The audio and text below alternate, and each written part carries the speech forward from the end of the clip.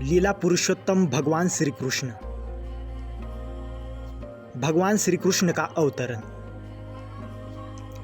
एक बार यह संसार ऐसे राजाओं की अनावश्यक सैनिक शक्ति से बोझिल हो गया जो वास्तव में असुर थे किंतु अपने आप को राजा मान रहे थे। तब सारा संसार विक्षुब्ध हो उठा और पृथ्वी की अधिष्ठात्री देवी, जिसे भूमि कहते हैं, इन आसुरी राजाओं से उत्पन्न अपनी विपदाओं को बताने के लिए ब्रह्मा जी के पास गई। भूमि ने गऊ का रूप धारण किया और वह आंखों में आंसू भरकर ब्रह्मा के समक्ष प्रकट हुई। वह शोकार्त थी और भगवान की करुणा जगाने के लिए रो रही थी। उसने पृथ्वी की विपदाग्रस्त स्थिति का वर्णन किया। इस वृत्तांत को सुनकर ब्रह्मा अत्यंत दुखित हुए। वे तुरंत क्षीर सागर के लिए चल पड़ी, जहां भगवान विष्णु निवास करते हैं। ब्रह्मा जी के साथ शिव जी इत्यादि सारे देवता थे और भूमि भी उनके साथ हो ली। क्षीर सागर के तट पर आकर ब्रह्मा जी भगवान विष्णु को, जिन्होंने पहले वराह का दिव्य रूप धारण करके पृथ्वी लोक की रक्षा की थी, प्रसन्न करने का उपाय करने लगे।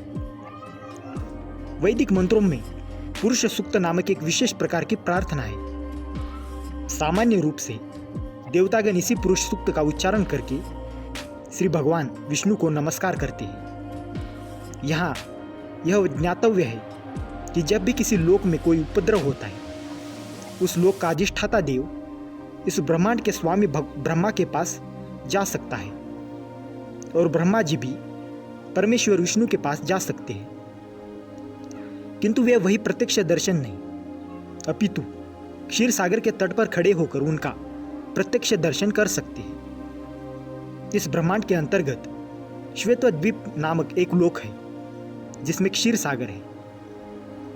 विविध वैदिक वांग्मय से ज्ञात होता है कि जिस प्रकार इस लोक में लवण सागर है, उसी प्रकार अन्य लोकों में भी अनेक प्रकार के तरल सागर है।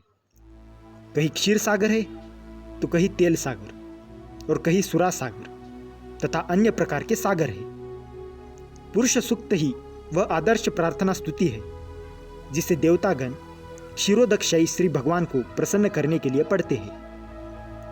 क्षीर सागर में शयन करने के कारण वे क्षीरोदक्षयी विष्णु कहलाते हैं। वे ही श्री भगवान हैं जिनसे इस ब्रह्मांड के समस्त अवतार प्रकट होते हैं। जब सभी देवताओं ने श्री भगवान की स्तुति पुरुष सूक्त द्वारा कर ली तो उन्हें कोई उत्तर नहीं मिला। अतः ब्रह्मा जी स्वयं ध्यान करने में लग गए और तब भगवान विष्णु ने उन्हें एक संदेश भेजा। ब्रह्मा ने इस संदेश को देवताओं तक प्रेषित कर दिया। वैदिक ज्ञान प्राप्त करने की यही विधि है। यह वैदिक ज्ञान सर्वप्रथम श्री भगवान से ब्रह्मा को हृदय के माध्यम से प्राप्त होता है। जैसा कि श्रीमद् भागवत के प्रारंभ में कहा गया है, तेने ब्रह्म हृदा यह आदि कवई।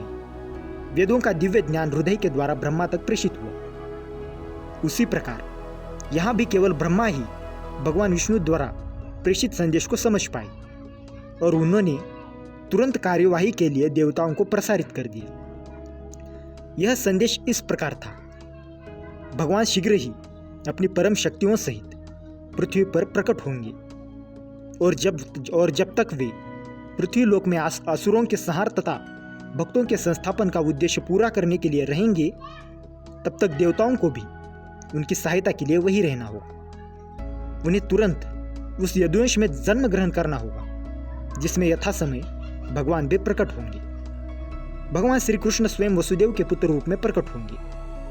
उनके प्रकट होने के पूर्व सारे देवताओं को अपनी अपनी पत्नियों सहित संसार भर के विभिन्न पवित्र परिवारों में भगवान को उनके कार्य में सहायता पहुंचाने के लिए प्रकट होना चाहिए।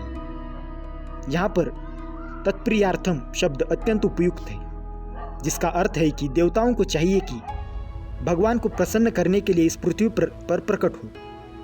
दूसरे शब्दों में, कोई भी जीव जो भगवान को प्रसन्न करने के लिए ही जीवित रहता है वह देवता है।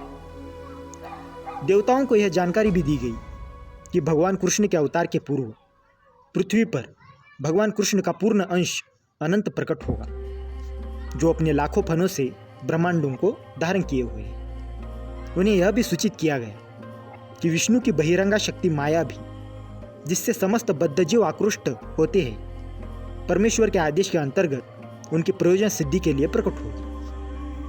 समस्त देवताओं तथा भूमि को भी मधुर वचनों से आदेश तथा सांत्वना देने के पश्चात समस्त प्रजापतियों के पिता ब्रह्मा जी अपने धाम सर्वोच्च लोक ब्रह्मलोक को चले गए।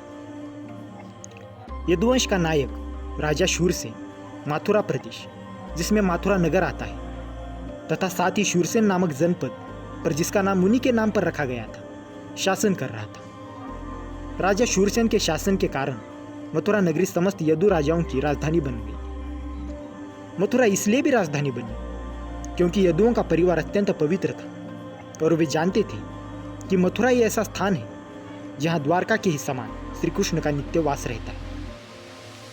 एक बार शूरसेन के पुत्र वसुदेव देवकी को ब्याह कर अपनी नवपरिणीता पत्नी के साथ रथ पर चढ़कर अपने घर जा रहे थे। देवकी के पिता देवक ने प्रचुर दहेज दिया था क्योंकि वह अपनी पुत्री को अत्यधिक चाहता था। उसने सैकड़ों रथ दिए थे जो पूर्णतया स्वर्ण मंडित थे। उस समय उग्रसेन का पुत्र कंस अपनी बहन देवकी को प्रसन्न करने के लिए वसुदेव के रथ के घोड़ों की रास स्वेच्छा से अपने हाथ में लेकर हाँकने लगा था।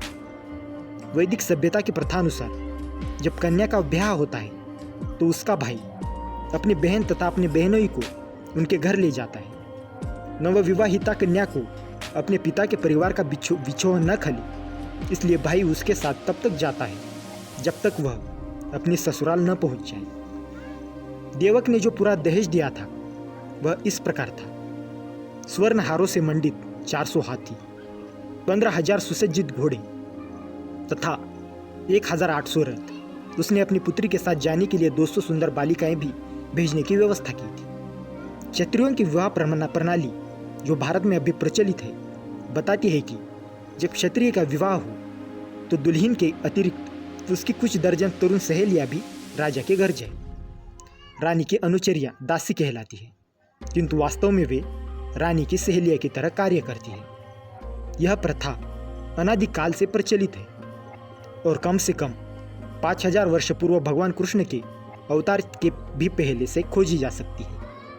इस प्रकार वसुदेव अपनी पत्नी देवकी के साथ 200 सुंदर कन्याएं भी लेते आए। जब दूल्हा तथा दुल्हन रथ में जा रहे थे तो इस शुभ मुहूर्त की जानकारी देने के लिए अनेक प्रकार के बाजे बज रहे थे। शंख, बिगुल, ढोल तथा मृदुंग एक साथ मिलकर मधुर संगीत समूह वादन की ध्वनि उत्पन्न कर रहे थे। जुलूस अत्यंत मनोहर ढंग से निकल रहा था और कंस रथ को हाँक रहा था। तभी आकाश से अचानक एक आश्चर्यजनक ध्वनि गूंजी जिसने विशेष रूप से कंस को उद्बोधित किया। हे कंस, तुम कितने मूर्ख हो! तुम अपनी बहन तथा बहनों का रथ हाँक रहे हो, किंतु तुम यह नहीं जान रहे कि तुम्हारी इसी बहन के 8वीं संतान तुम्हारा वध करे।